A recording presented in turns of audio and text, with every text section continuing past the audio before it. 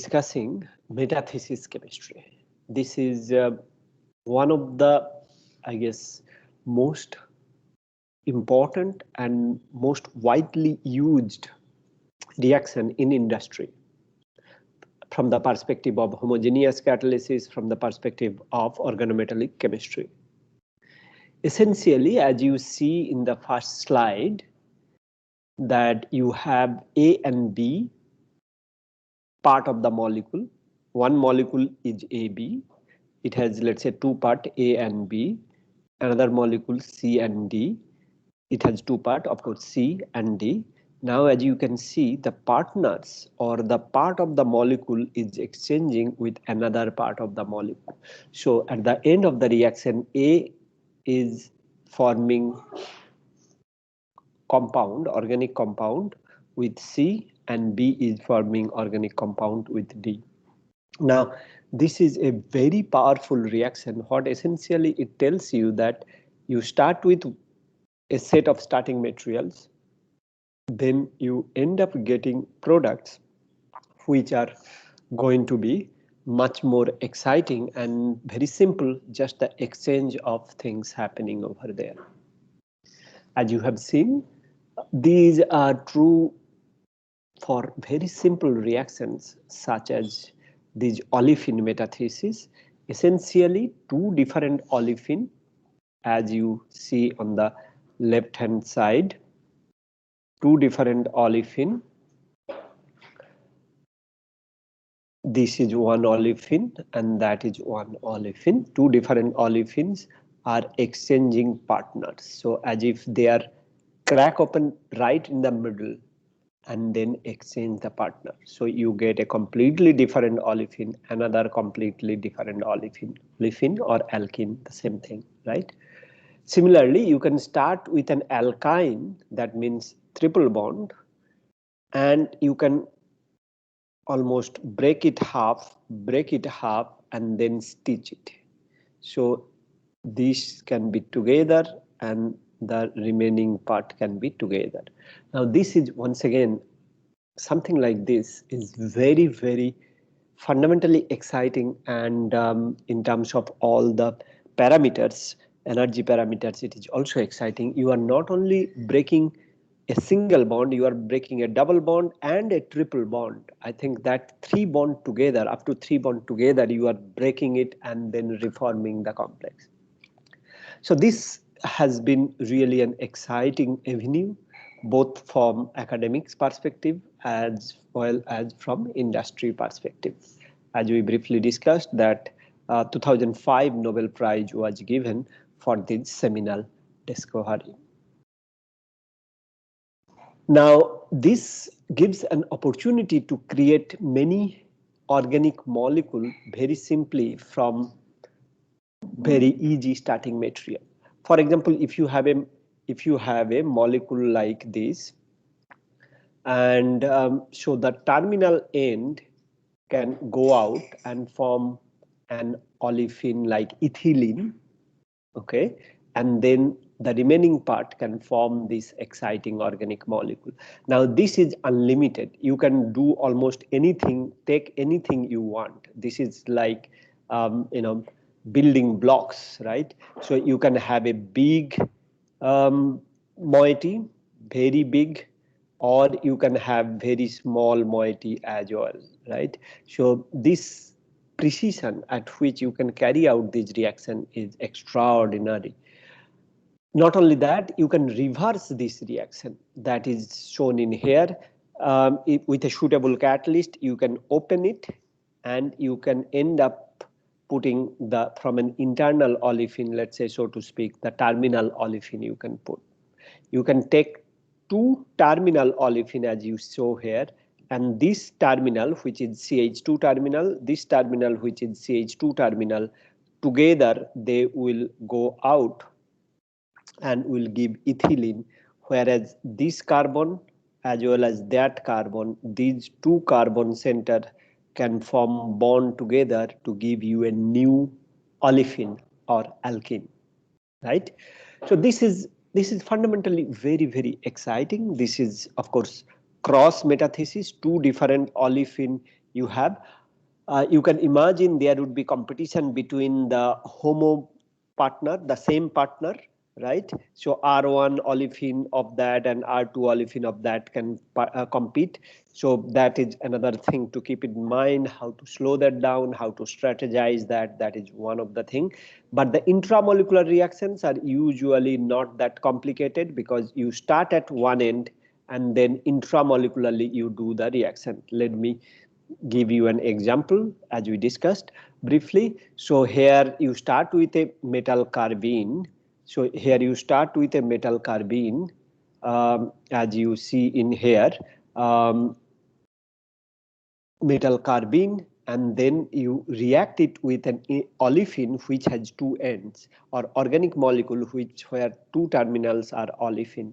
So this olefin over here, metal carbene over here, reacts with one end, let's say this end, it doesn't matter in this case which end, one of the end it will work. So depending on the substitution pattern or the electronic and steric properties, one of the end will work. Let's say this end is reacting. So this end forms a 2+2 reaction, right?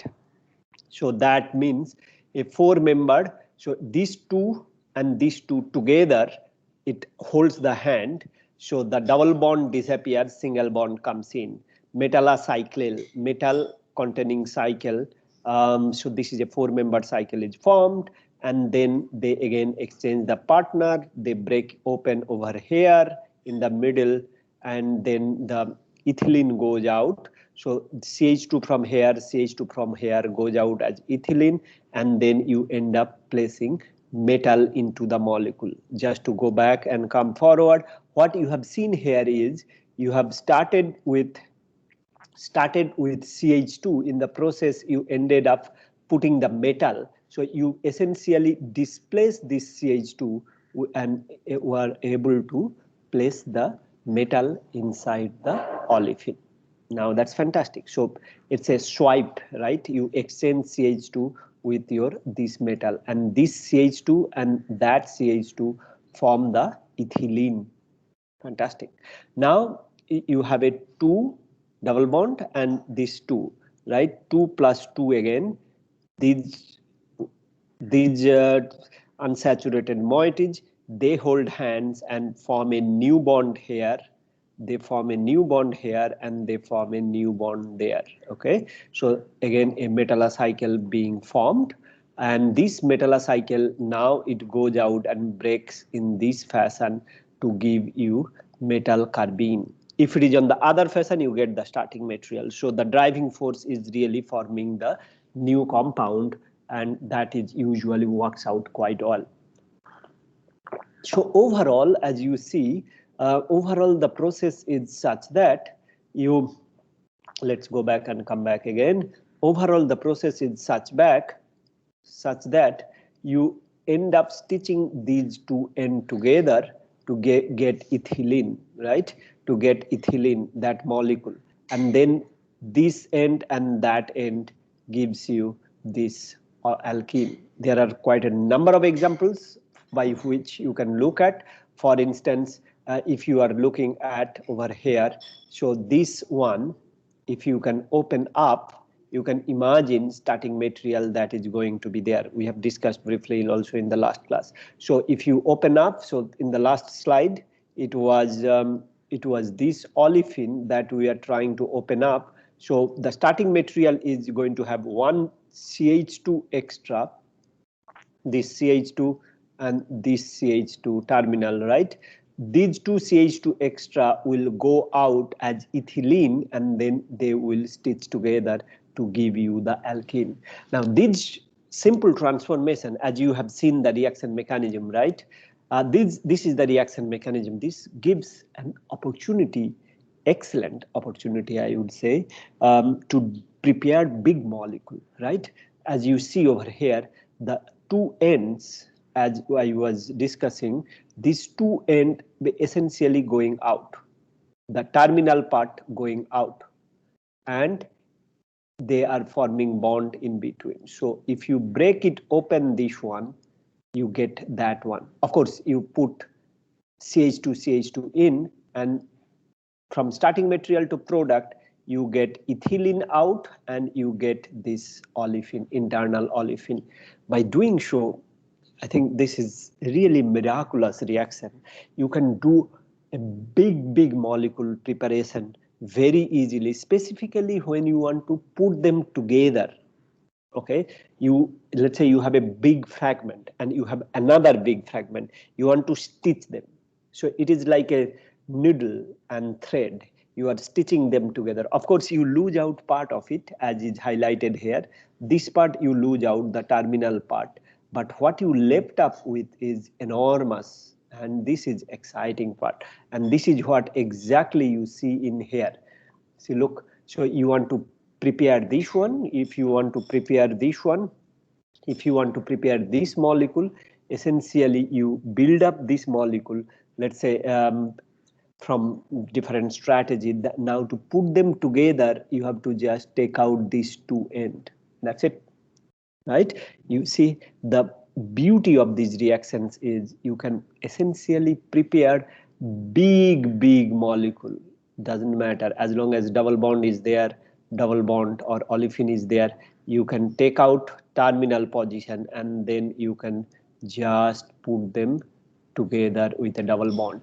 Now this is an alkene. If you hydrogenate it, you can get alkane, right? If you hydrogenate this double bond, you can get alkane. So essentially what you are looking at is, let's say you want to generate an alkane which is like this, or any alkane. Let's say you want to generate alkane like this, any alkane. So what you can do for the cyclic thing, as you have seen, cyclic molecule you can take and with a two terminal like this, where you know that the ends you are going to break it, right? So you are going to break it here, break it there, and then if you go from there, you will generate, you will generate that, right? And from there, if you hydrogenate, you go, that means with hydrogen and hydrogenation and catalyst, you can get the alkane. So the preparation of these big molecule, any big molecule, it's a big cyclic molecule, big alkane molecule, anything you can perhaps think of, huge molecule to small molecule, anything you can think of, you can build up by taking this strategy. Okay, I hope you got it, like how simple the synthesis become if you are using the metathesis. Of course, there are many problems. Okay, not that these reactions are working quite well all the time.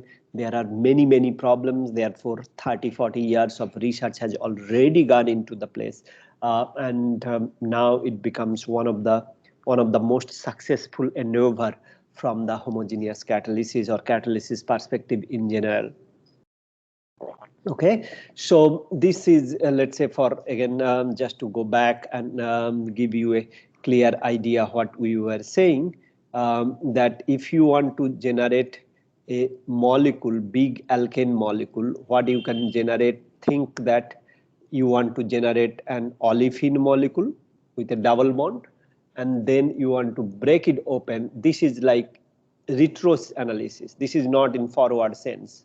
Okay, so essentially you have to plan of making something like this. Okay, so in the other way, you go from here to here.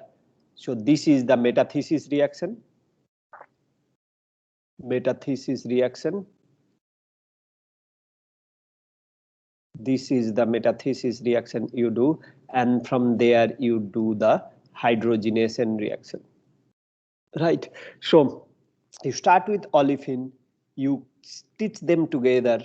Okay, terminal olefin, you stitch them together, you get an internal olefin, you hydrogenate it, you get alkane.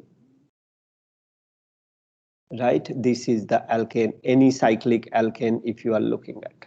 Fantastic. I think this is fantastic. Any big molecule, any small molecule, almost anything you want to prepare by this method. Let's say go back one more time. If let's say you want to prepare a long alkane, let's say.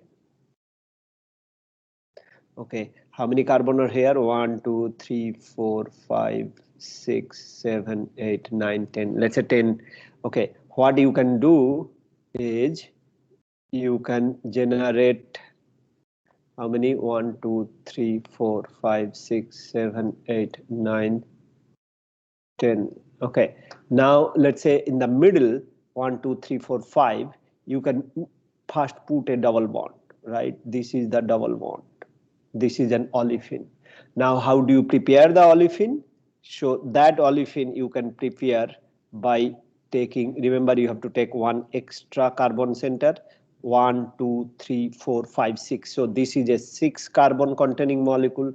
Similarly, you have to take another one which is 6 carbon containing molecule, 1, 2, 3, 4, 5, 6. So this is also 6. Essentially, then what you do, you take 6 plus 6, 12. Then in the process, if you, this is the backward sense, but in the forward sense, when you do in your process, then ethylene will go out. Let's say, let me use a different color here, blue. So this was CH2 in the terminal. This was CH2 in the terminal. So these two CH2 will go out as CH2 double bond CH2, right? Ethylene will go out and then you will get this new bond. This is the new bond you will be getting, right? So this part goes out, then you get that ethylene and then you get an internal olefin. So 6 plus 6, 12 was there, 2 carbon goes out, you get 10 carbon containing. This is an decene or 5 decene, right? 1, 2, 3, 4, 5, 5 decene. Now from there, if you do the hydrogenation, you get alkene. Hydrogenation, alkene, hydrogenation we did not discuss yet, we'll discuss, then you get alkane, right? So these are fuel. If you think of, these are, it could be octane, it could be higher carbon containing organic molecule, which are nothing but excellent fuel. This is the industry would love, this is something industry would love to have, right? Of course, natural resources of things are decreasing, and more importantly, the higher alkane in pure form are always a problem, right? And this is particularly why this is this sort of reaction becomes very, very useful.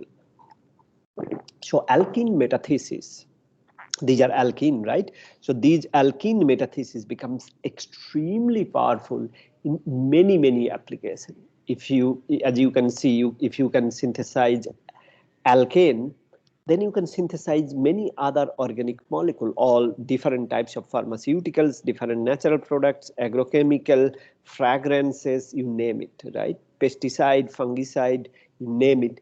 There are applications where this metathesis reaction can take us forward. As I was discussing, these reactions are not really, problem free.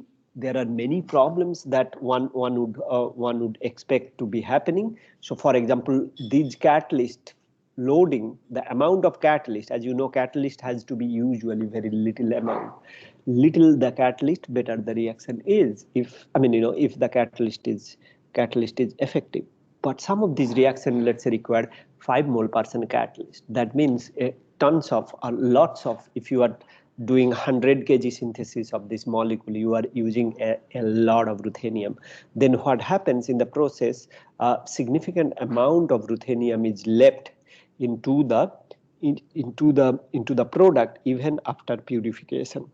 Even as little as 159 ppm of ruthenium is not acceptable if you are going to consume this product in the body, like if we are going to consume it as the medicine. So the FDA approval will not be given for different metal, different tolerance level is there for our body, as well as what FDA can approve in principle for going ahead. And this is where a better catalyst development is always required. Look at the catalyst here in this case. In this case, it was these grubs grabs one of the grabs catalyst. I will come into a moment. Grabs first generation catalyst, grabs second generation and third generation catalyst, and this is a catalyst modified one developed by Grela's lab, and you can see this use of this catalyst as opposed to that catalyst. You decrease the catalyst loading to very less level like 0.05 to 0.1. Previously you were using 5 mole/%. Now you use very little amount of the ruthenium catalyst that you are using. So you need a catalyst, right? Remember, so that ruthenium catalyst is essentially this one we are talking about. In the catalytic cycle we did not draw exclusively, but this is the catalyst, right? This catalyst is not this simple. As you see in the subsequent slide, this is going to be something like this, right? This is in yellow, that's the ruthenium double bond we are drawing, but this is not really simple ruthenium carbene complex. We were drawing in the mechanism like ruthenium double bond. As you can see, it is much complex and many ligands are there into the picture, right? So the exact catalyst is right over here. Okay, so as I was mentioning, there exist many opportunities to do this chemistry. Many exciting avenues can be opened. For example, CM means cross metathesis. So you have this olefin there, you have this olefin there. They are very close sitting, you know. These are the materials you are looking at. Now, if you look at, so what could happen? They can just exchange partners, right? These can exchange, or if you do the hydrogenation of this olefin, so this sort of ester, you get hydrogenated soybean oil, right? This is used quite a lot, hydrogenated soybean oil. If you are just doing hydrogenation reaction, no metathesis reaction, simple hydrogenation if you are going. But if you are doing metathesis reaction between these, as you can see, this bond, double bond is coming from here. If you are doing metathesis reaction right over here, this double bond, right, you get this compound, and then subsequently, of course, you can have another ester and so on and so forth. What is essentially happening here is you are taking two different molecules and taking the Grab's catalyst with the metathesis catalyst, and you are linking them together, right? You are linking them together. By doing so, you have an opportunity to do this reaction in an excellent way to get a cross-linked polymer. Let me come back to that again. So what you are looking at is two molecules of these can participate in the Grab's catalysis, okay? And you end up getting really exciting product. Okay, let me say that this double bond, let's imagine that this double bond is not there. Okay, so you take another molecule of these, the same molecule, another molecule of this, you come, you link them. Okay, you link them together, another molecule of this, intermolecular cross metathesis. So cross metathesis goes on. So this fragment can come out, as you can see over here, and then two partners hold the hand together, as you see in here, and you get an excellent soy wax, HMSBO, you know, which is better, firmer, and less brittle.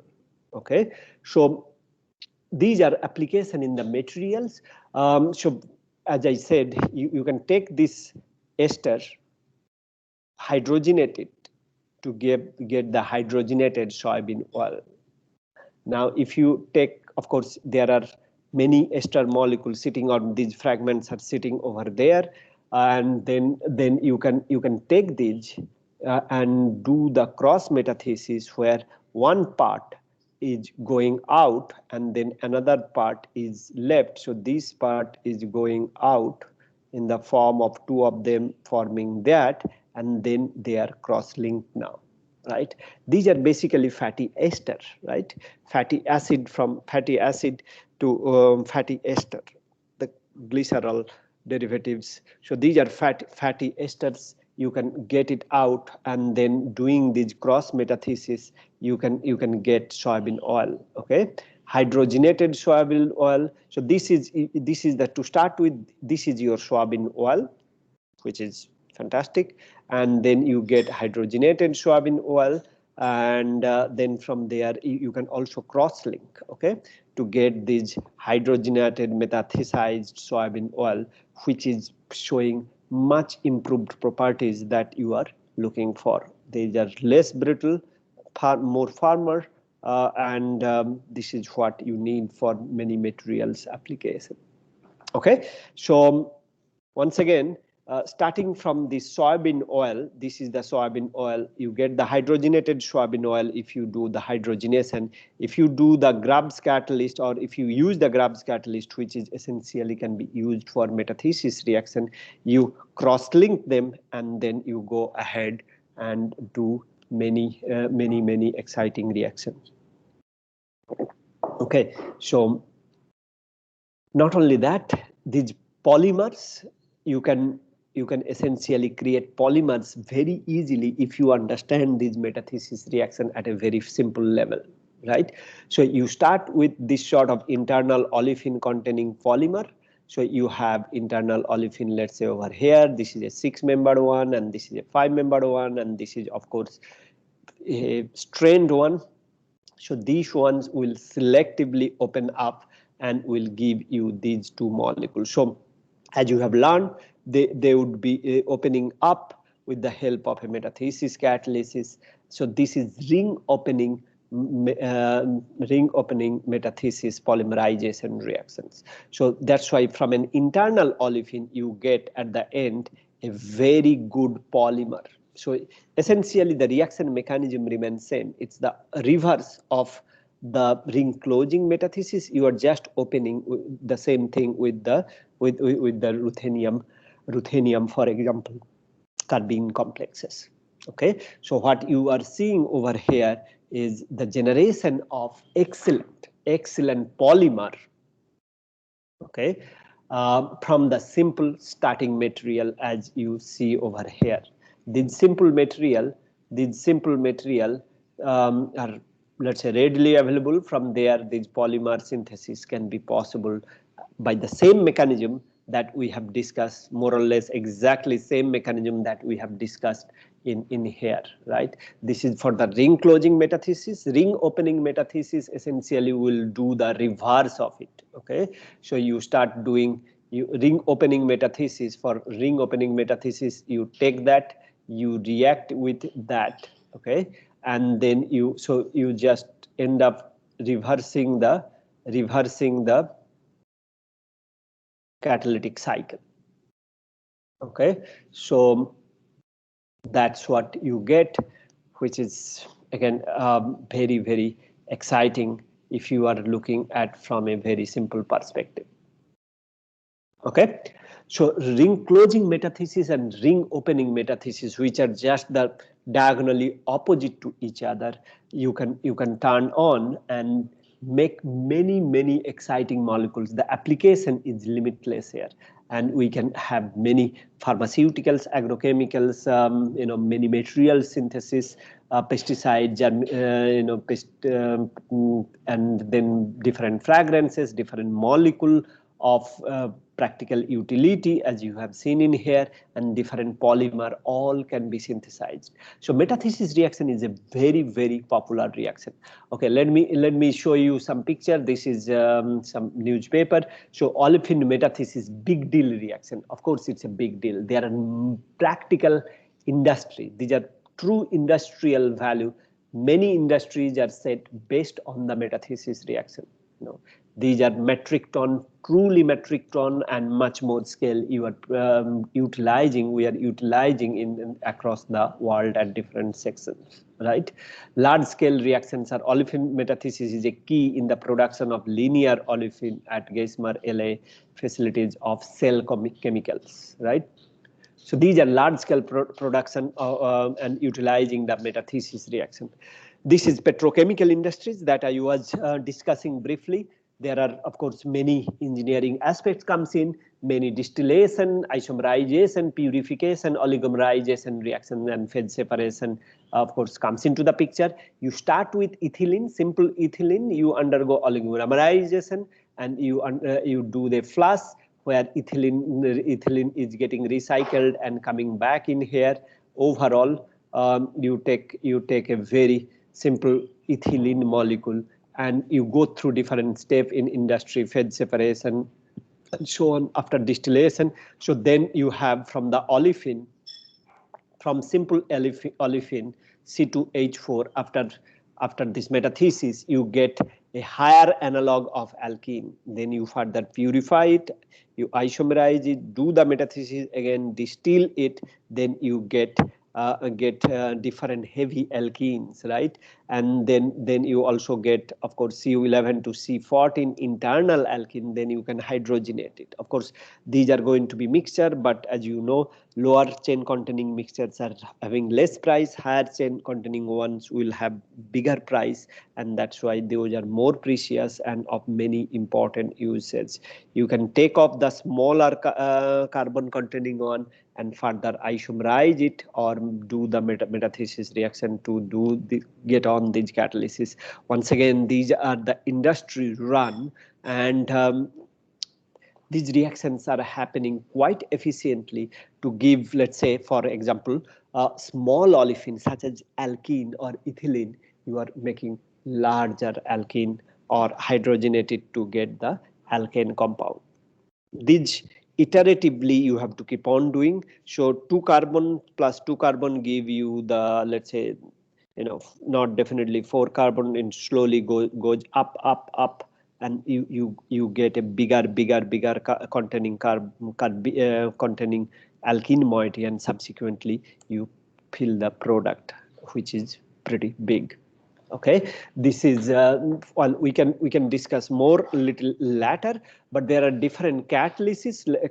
Let's say briefly mention that. So in terms of heterogeneous catalysis, there are these rhenium, tungsten or molybdenum catalyst that you see on the right hand side over here. These are the heterogeneous catalysis that you see out there, and many different heterogeneous catalysis exists. These are quite well used also, but most importantly in the homogeneous catalysis domain, for this you are looking for metal carbene complex to initiate these reactions and then propagating it, right? So these are the metal carbene fragment. Of course, they can further form a reactive fragment later on. So the Grubbs, one of the recipients of the Nobel Prize of 2005. So this is the first generation of the Grubbs catalyst, second generation of the Grubbs catalyst, third generation of the Grubbs catalyst. What is the difference? Let me go back and come back again. So the difference is in the details, right? So the ruthenium, all of them are having ruthenium catalyst. Even this one, the Grubbs catalyst. Okay, now, so what is the real difference here?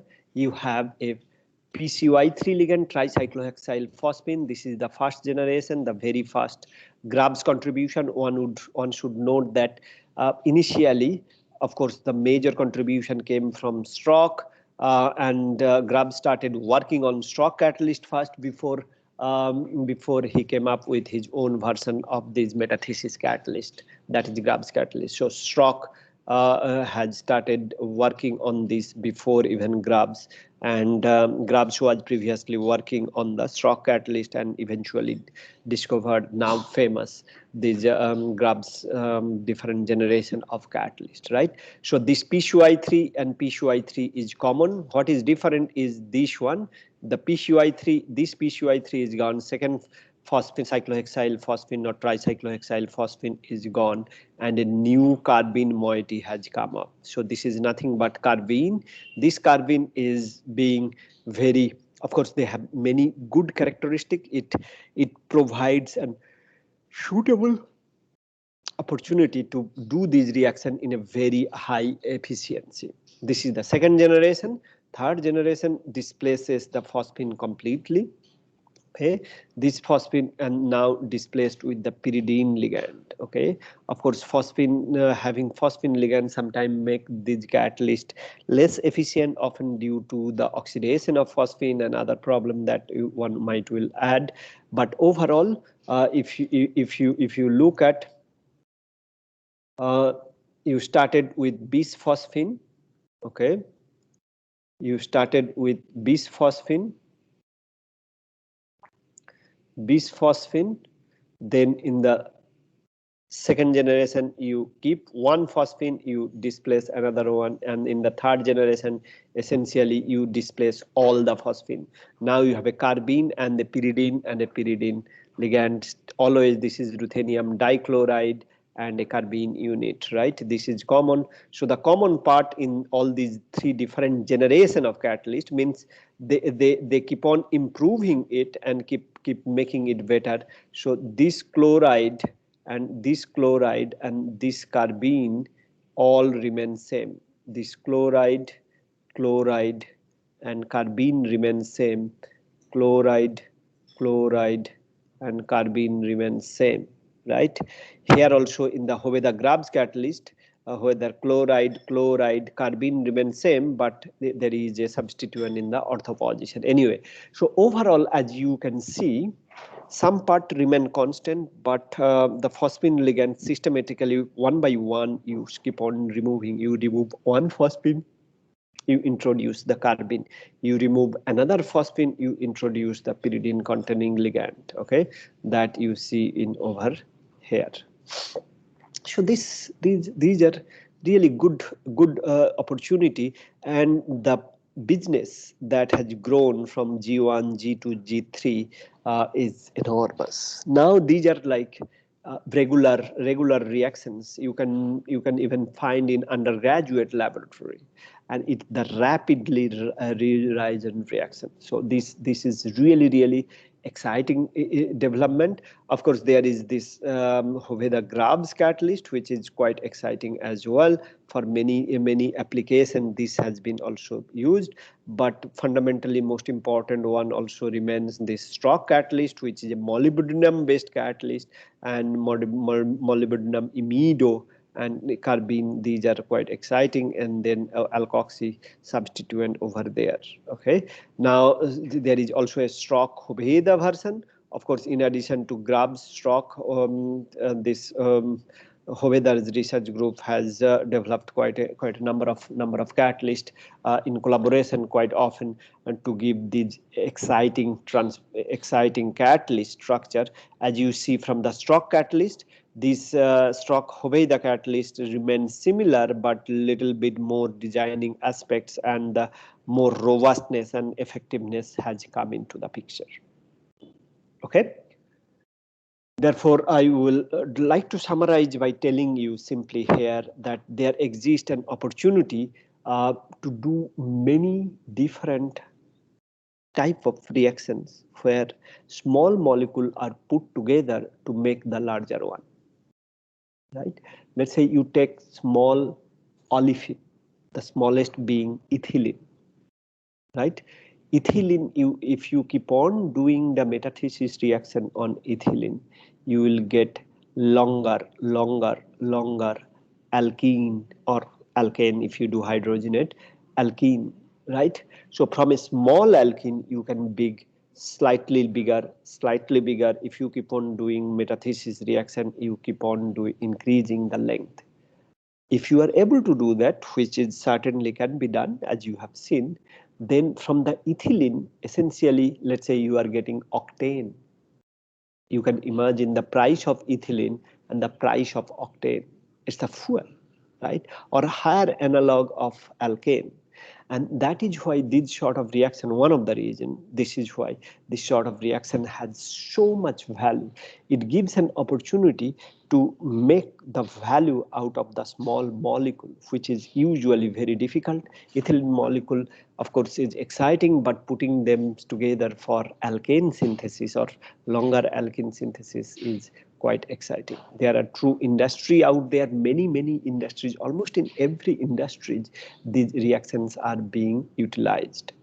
Now, we need to understand the limitations of these reactions. Often the difficult reactions, intramolecular reaction, if the reactions are happening within one molecule that we have shown, let's say over here, this reaction is happening within one molecule. Two ends are there within one molecule, it is happening. So these sort of reactions will be invariably preferred, or faster things are going very well. But if you are trying to do an intermolecular reaction, as you see in here, this is an intermolecular reaction, two different olefin, it becomes problematic for sure. Then there should be a difference of substituent on R1 and R2. If they are similar, then controlling the alkene formation becomes problem. Whether the same olefin will react with another olefin, or one olefin of one type, let's say with R1 substituent, will react with another olefin with R2. Now this compatibility remains problematic. So the issues remain. Intermolecular reactions, the partners has to be well resolved, or there should be a difference, so that the intramolecular reaction, or so-called homocoupling reaction, not intramolecular, homocoupling reactions are less, but the heterocoupling reactions are happening. So this is where, as I was saying, this is where this R group substituent R1 and substituent R2, this is important. It has to be R1 and R2. What you don't want is both of them being R1 and R1. If two of these olefin reacts, then you can get that. If two of these olefin reacts, then you can get R2, R2. So this is definitely a limitation, because these are homocoupling product. The ones written by pen in here, this one and this one, these are homocoupling product. Of course, you don't want that. I mean, most often you don't want that. If you don't want that, if you want the heterocoupling, this is of course always challenging, and the geometry around the double bond could also be problematic. This sort of reaction, as you see, either ring opening metathesis or ring closing metathesis, which is shown over there, these are excellent reactions for these cases. The catalyst that has been usually used, the ruthenium catalyst, which is essentially the Grubbs catalyst. Grubbs has 3 generations, as you have seen, first generation, second generation, and third generation catalyst, and then of course Grubbs-Hovey catalyst, and then there is Grilla's version. There are many other research groups. Literally hundreds of research groups have worked on this topic, and 10,000 people. I mean, even much more. If you look at the industry, everywhere there are many people who has contributed to the growth of this technology. Of course, the Strock catalyst is the molybdenum-based one. There are moments where Strock catalyst is wonderful, but industrially speaking, in terms of application, perhaps Grubbs catalyst has the edge over the Strock catalyst. But both the catalysts remain very effective for this sort of reaction. Depends on the type of reactions you are doing, type of compound you are looking, type of substituent you are looking. One can go for either the Strock catalyst or for the Grubbs catalyst, and there are many different exciting version, modified version, which can sometimes even be better than the Strock catalyst and the Grubbs catalyst, depending on the combination, depending on the conditions, and so on. Okay, all these gives rise to an opportunity, as I was telling, that the olefin can be stitched together. Okay, of course you lose out. Let's say in this case you lose out simple ethylene, but this is not a loss. You can recycle it to make it something more useful. But to do this desired reaction, to take it out, ethylene goes out and then olefin forms. It could be cyclic, it could be acyclic, long chain compound, and so on and so forth.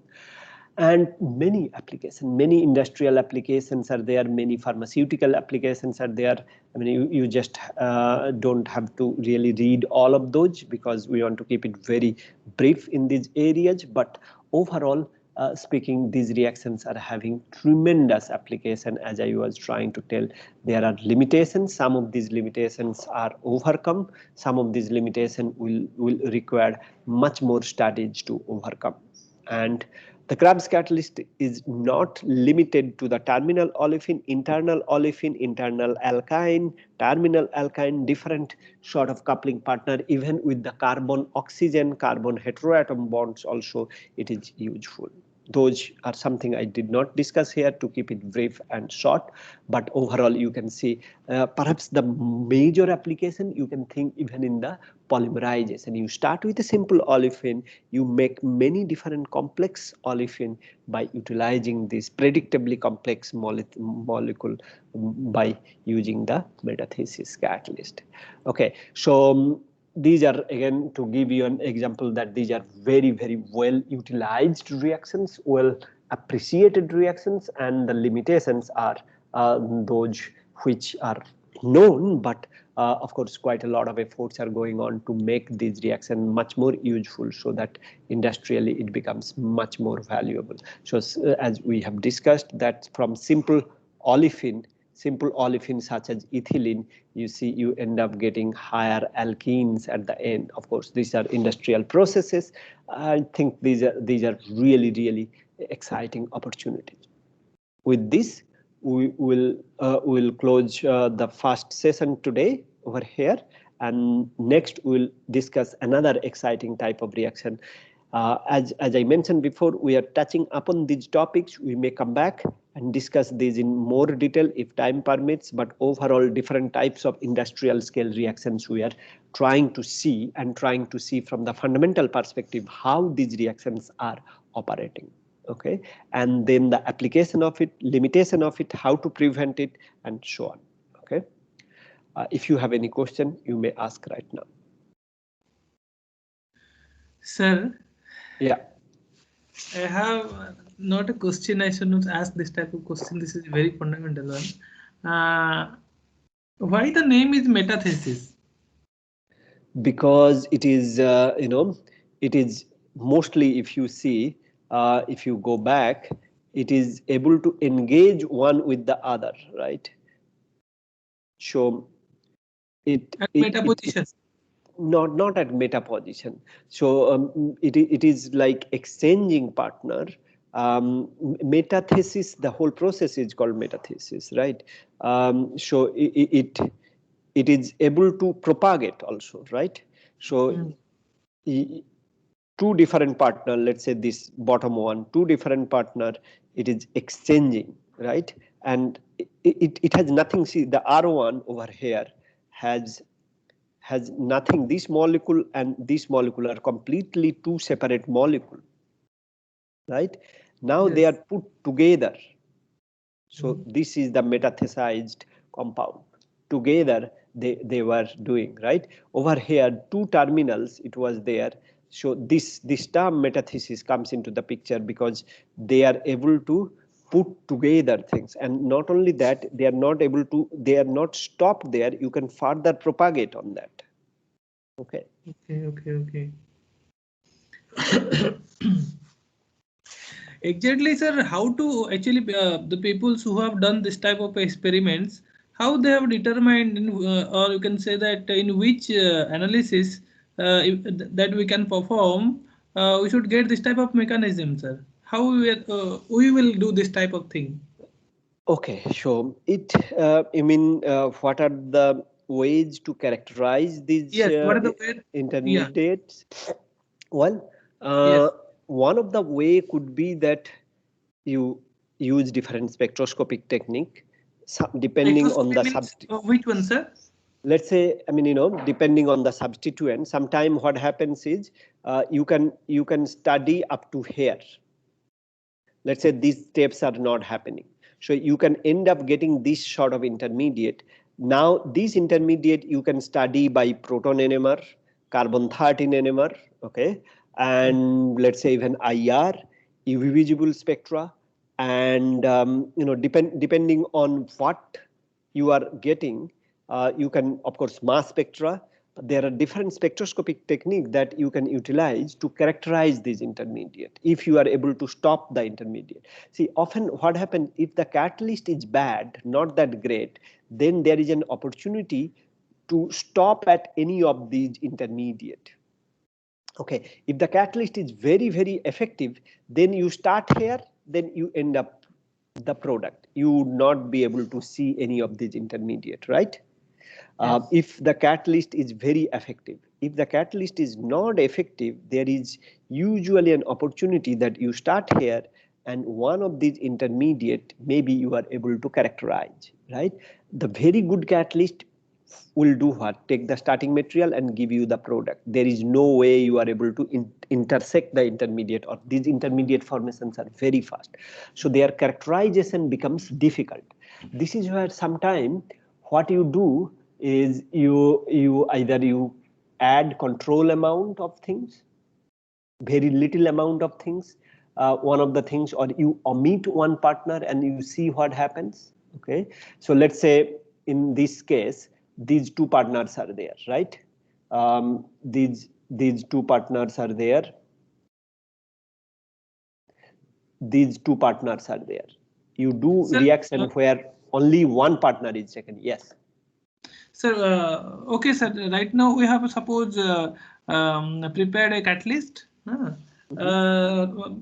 This any catalyst. After that, when we go for this metathesis reaction, how we will confirm that this catalyst will work? Well, this is where, see, right now you have to synthesize in a way, since a lot of literature has already been done. Okay, if you are preparing something like this sort of catalyst, you can hope that it will work if it is really Sir. in the reactive form. Here in this slide, sir, it is shown that this GOPS first generation catalyst, second generation catalyst, and third generation catalyst. So, what is the change in the this chlorine and this addition So of this? Yeah, these remain constant, right? These Yes, two yes, yes. chlorine and these carbene remain This constant. carbene is added, sir. Right now, from first generation, second generation, one It's the carbene same. is added. Yes. Then It's the again same. over here, yes, it is constant in Yeah. this three. Then how they have done this type of experiments? All other things are present over here. I don't know exactly, sir, what is the name of the above one. The But PCY3 yes, yes, yes, or tricyclohexyl phosphine, and this yes. is a carbene. So these are the compound you synthesize. There is a difference. You just separately synthesize. This is like your catalyst preparation that you can generate. So So this you we have to have to prepare maintain some completely pressure. different. We have to maintain some pressure and temperature like that. Not much really pressure, but you have to follow, the, let's say, in the inside the glove box or under the inert atmosphere, you have to prepare it. So the preparation procedures are known. If you just search, or if you want, you can just look it up. Many literatures are there how to prepare this catalyst. This is known. They have reported already how to prepare it. What mainly people are interested in after you prepare it, now these are commercial. You don't have to even prepare it. You can buy from many different sources, many chemical sources, commercial sources. For example, Sigma Aldrich, TCI, Alpha S, or I'm just saying Mark, all of the different companies will be selling. There are many sources where you will be able to buy these directly. You don't have to prepare it. Sir, can I see some this last slide? Can I see the last slide, please? I think this was the last slide. Okay, then no, last slide means just before that, again before, again. Yeah, here, sir. Yeah. Next one. One Next. more? Yeah, next. No? No, next. Here, sir. Here. Yeah. Sir, actually, sir, if you will say about this, can you see this second, second picture, sir? Second picture. This is first picture. After that, Which one? the issues in catalyst removal after the workup. Then this symbol. I don't know exactly the name. That's why I am unable to. This Uh, one, or Not this one, sir. Just top one, left side one. Just left side one. Yes, yes, yes. Sir, if okay, you will remove all these three, all above the what is written carbon dioxide, methyl carbon dioxide, this H and all this P and mhm, BO and all this thing, then remaining will be this only, the middle one, middle person. This is a this one. cyclic compound. Yes, yes, yes, Yes, yes. yes, yes. Okay. This, sir, what we can say to this cyclic compounds? What type of compound is it? Whether it is a polyaromatic hydrocarbon? No, no, no, no. These are not polymer. These are like cyclic. You can say amide. This is a cyclic alkene. Aromatic. There is almost no aromatic compound is there, right? This is Yes. not an aromatic compound. This is an Okay. aliphatic compound. Yes, yes. This is an aliphatic compound. A polyaromatic hydrocarbon, of course, metathesis. You can some application could be there, but this is not PAH. Okay, this is not polyaromatic. These are like simple aliphatic compound. Organic compound. So organic compounds are two types, as you may know, aliphatic and aromatic. Okay, Yes, yes, aliphatic means no benzene rings are there basically. yes, Aromatic means at least one benzene ring would be there, yes, yes, right? yes. So these are simple aliphatic compounds. Simple aliphatic compound you can generate. Let's say hexane is a simple aliphatic compound, not So this is a aromatic. alkene compound. This is a This is an alkene. alkene. Yes, absolutely. This is an alkene because a double bond, alkene or olefin, the same thing. Okay. Yes, Alkene yes. is also called Yes, as yes, olefin. Yeah, yes. this is an alkene compound. You can say for our purpose, we will call it alkene, but there are other amide and other units are also there. These are functional group. But let's call it an alkene. Okay. Suppose, sir, we will go for a FTR analysis. How we Mhm. can confirm that this type of element is present in that? Okay. So, well, FTIR is not going to be too much informative. You can see FTIR tells us a lot of things, but analyzing FTIR is really difficult because it is like a bunch of peaks most often. These sort of cases, FTIR will be difficult to analyze. It's not like FTIR cannot tell. It's just we don't know what to really look for, because let me go back and come back. So because in the starting material, let's say you have an olefin, right? These olefin peaks you will see in FTIR. So the difference would be these terminal olefin, because this end nothing is there, na? This is why it is called terminal olefin, right? And you have this as an internal olefin, means it is inside a bond. These are outside, almost open bond. So only thing you are going to see the change is this terminal, means at the end, the double bond to an internal olefin. But these sort of characterization, because there will be many peaks, identifying which is due to this change is going to be difficult. I mean, it's often it is not well resolved, right? FTIR may or may not be able to tell you. FTIR definitely telling you, but the problem is you are, I mean, we as a scientist may not be able to pick up what it is telling. Does it make sense? Because it's a lot of signal it is giving. Which signal is for what? That sort of assignment sometimes is complicated because it is giving too many signals. Yes, yes, yes, yes, yes. Okay, Yes, sir. but it's not like it cannot be done. Some characterization, some amount of assignment can be done. Whether how confidently you will be able to assign is a problem. But on the other hand, for this sort of molecule, proton NMR and carbon NMR would be very useful. Sir, actually, why did I ask this type of question? Actually, I did a paralysis of waste engine oil. Mm-hmm. So initially, this type of symbol was not there, but when I paralyzed that waste engine oil, I got this type of compounds, this type of alkene compounds. Mm-hmm. Okay. Then, of course, you So can, that, so how we can confirm that what type of reaction is going on over there? so you need to see what are the reagents you have added or what have you done that need to be looked at, right?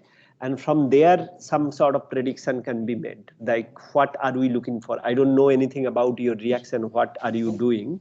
If we are aware of, then maybe we will be able to. Okay, so maybe I'll come back in 5 minutes. We will continue discussing on that.